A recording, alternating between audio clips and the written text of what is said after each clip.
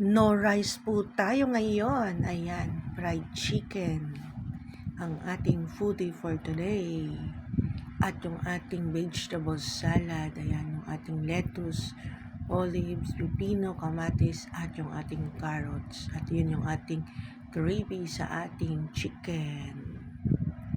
Ayan po ang ating foods for today. Wala po tayong rice. Ayan. Pero meron po tayong nilagang mais at yung ating kamoting prinito at syempre yung ating ihahalo sa ating salad, yung ating olive oil. Ayan. Kain po tayo. Thank you for watching. Please like and share and follow. Please don't skip my ads. God bless everyone. Happy eating.